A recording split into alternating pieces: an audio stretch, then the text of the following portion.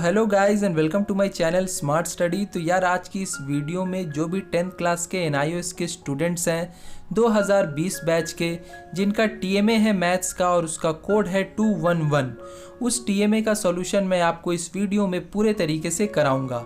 Video को आपको पूरा देखना है, कहीं पर भी स्किप नहीं करना है, क्योंकि बीच बीच में मैं आपको ऐसे ऐसे इंस्ट्रक्शंस दूंगा, रेफरेंसेस दूंगा, जिसकी मदद से आप अपने TMA को अच्छा से अच्छा बना सकते हो और उसमें अच्छे मार्क्स भी स्कोर कर सकते हो।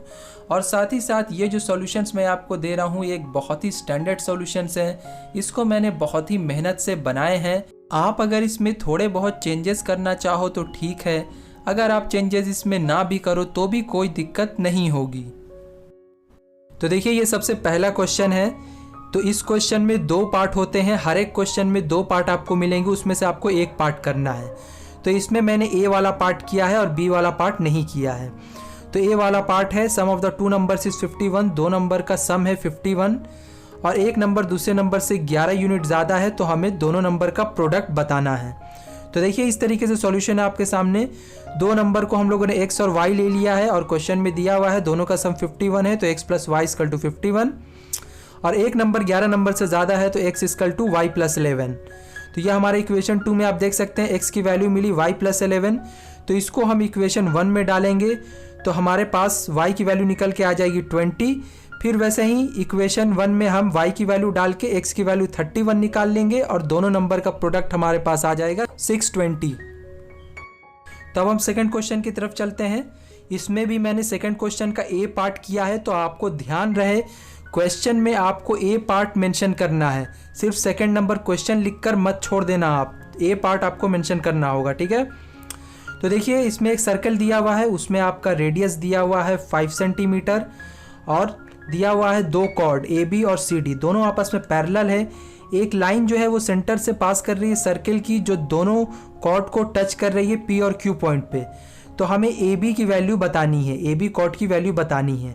AB कॉर्ड और CD कॉर्ड के बीच का डिस्टेंस दिया हुआ है 7 सेंटीमीटर और CD कॉर्ड की लेंथ दी हुई है 6 सेंटीमीटर।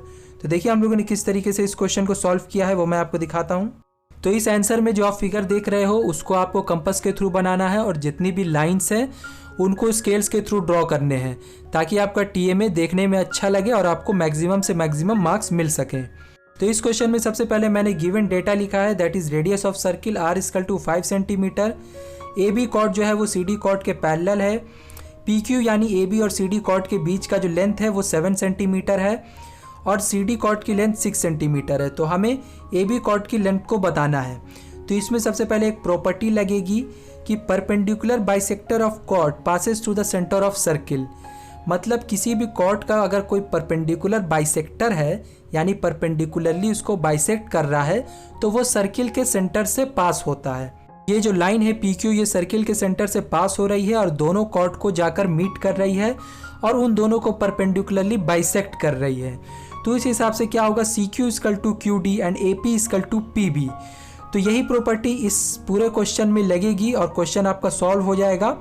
दो तरीके से मैंने इसमें पाइथागोरस थ्योरम लगाया है और फाइनली हमारे पास आंसर आ गया है AB की लेंथ 8 सेंटीमीटर है। तो इसका ये फाइनल सॉल्यूशन है AB इक्वल टू 8 सेंटीमीटर। चलिए अब हम लोग अगले क्वेश्चन की तरफ बढ़ते हैं। ये TMA का थर्ड नंबर क्वेश्चन है आपका, इसका भी मैंने ए पार्ट किया है। क्वेश्चन है आपका कि कॉट थीटा की वैल्यू दी गई है 7/24 और हमें वैल्यू बतानी है sine theta into sec theta divided by 1 plus cosec theta into tan theta की। तो चलिए हम लोग सॉल्यूशन देख लेते हैं। तो इसमें सबसे पहले हम लोगों ने एक राइट एंगल ट्रायंगल कंसीडर किया है, जो कि राइट एंगल है B पे, यानी एंगल B है 90 डिग्री और एंगल C है थीटा। तो हमें कॉट थीटा की वैल्यू दी गई है 7/24। कॉट थीटा होता है बेस अपॉन परपेंडिकुलर। तो यहाँ पर इस ट्रायंगल में बेस क्या है अपना BC और परपेंडिकुलर है AB। So cot theta equal to BC upon EB equal to 7/24। But ये क्या है, 7/24 एक रेशियो है। अगर आप 7 को 2 से मल्टीप्लाई कर दो और 24 को 2 से मल्टीप्लाई कर दो तो कोई फ़र्क नहीं पड़ेगा। तो हमें पता नहीं है कि इससे पहले क्या वैल्यू थी, ठीक है। तो इस वजह से हम लोगों ने ये रेशियो होने की वजह से BC को माना है 7K और AB को माना है 24K कि आपका कोई भी पॉजिटिव नंबर हो सकता है। अब हम लोगों ने इसमें पाइथागोरस थ्योरम लगाया है ट्रायंगल ABC में, जिसमें AC का स्क्वायर इक्वल टू AB का स्क्वायर प्लस BC का स्क्वायर होगा। तो वहाँ से हम AB की वैल्यू डालेंगे और BC की वैल्यू डालेंगे, तो फाइनली हमारे पास AC की वैल्यू निकल के आ जाएगी 25K। ठीक है, तो ट्रायंगल के तीनों साइड्स हमें पता चल गए।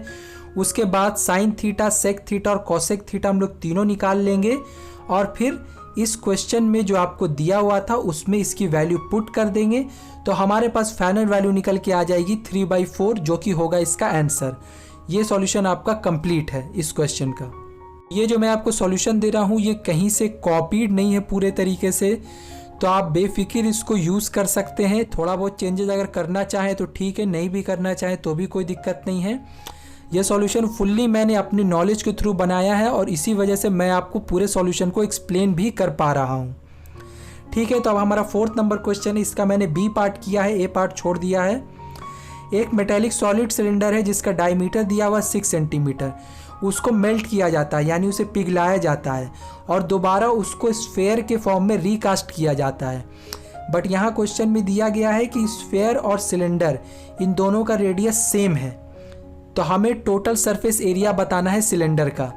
तो इसके लिए सबसे पहले given data diameter of metallic cylinder हम लोगों ने लिख लिया, दैट इज 6 सेंटीमीटर। तो उस हिसाब से रेडियस ऑफ सिलेंडर हम लोग निकालेंगे, दैट इज D/2 कर देंगे, diameter by 2 that is 3 centimetre. Volume of cylinder क्या होता है πr²h, तो पाई इंटू 3 का स्क्वायर इंटू h किया तो हमारे पास वैल्यू आ गई 9πh, और इसमें यूनिट भी आप ज़रूर दें सेंटीमीटर क्यूब।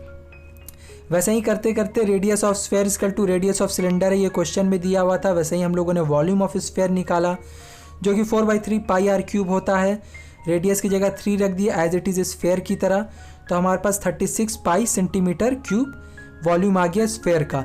अब हमें पता है कि दोनों का वॉल्यूम सेम होगा, चाहे सिलेंडर हो चाहे स्फेयर हो। जितना मेटल सिलेंडर में था उतने ही मेटल को यूज़ करके मेल्ट करके स्फेयर को बनाया गया है, तो दोनों का वॉल्यूम सेम होगा। ठीक है, तो दोनों के वॉल्यूम को हम इक्वेट कर देते हैं जो हम लोगों ने निकाला था, जिससे हमारे पास h यानी हाइट की वैल्यू आ जाएगी 4 सेंटीमीटर। अब हम total surface area of cylinder निकालेंगे कैसे, that is 2πrh plus πr² plus πr²। तो इन सब के वैल्यूज़ को पुट करेंगे तो हमारे पास total surface area of cylinder आ जाएगी 132 सेंटीमीटर। अब ये है हमारे पास क्वेश्चन नंबर 5, इसका भी मैंने A पार्ट किया है।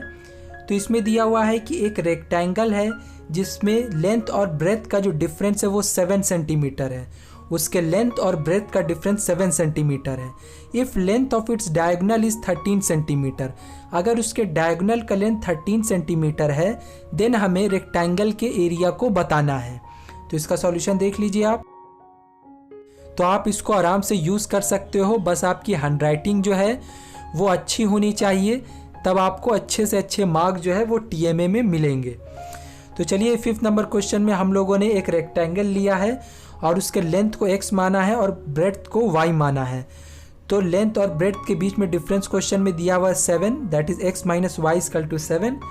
उसके बाद हम लोगों ने राइट ट्रायंगल ABD में पाइथागोरस थ्योरम लगाया, दैट इज BD का स्क्वायर इक्वल टू AB का स्क्वायर प्लस AD का square.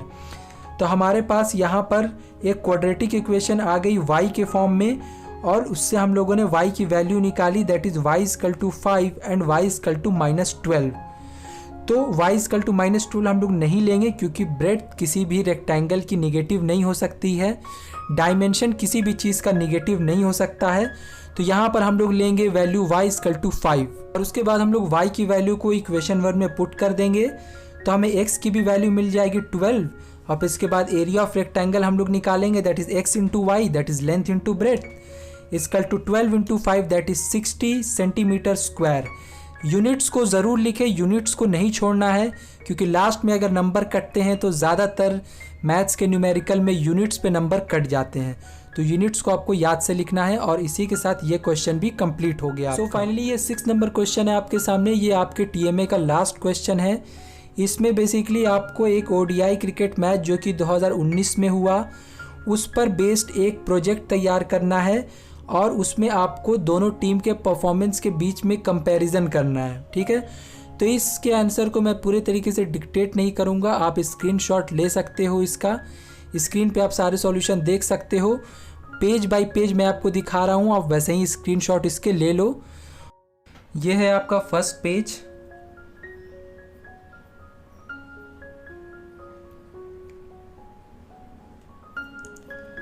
This is your second page.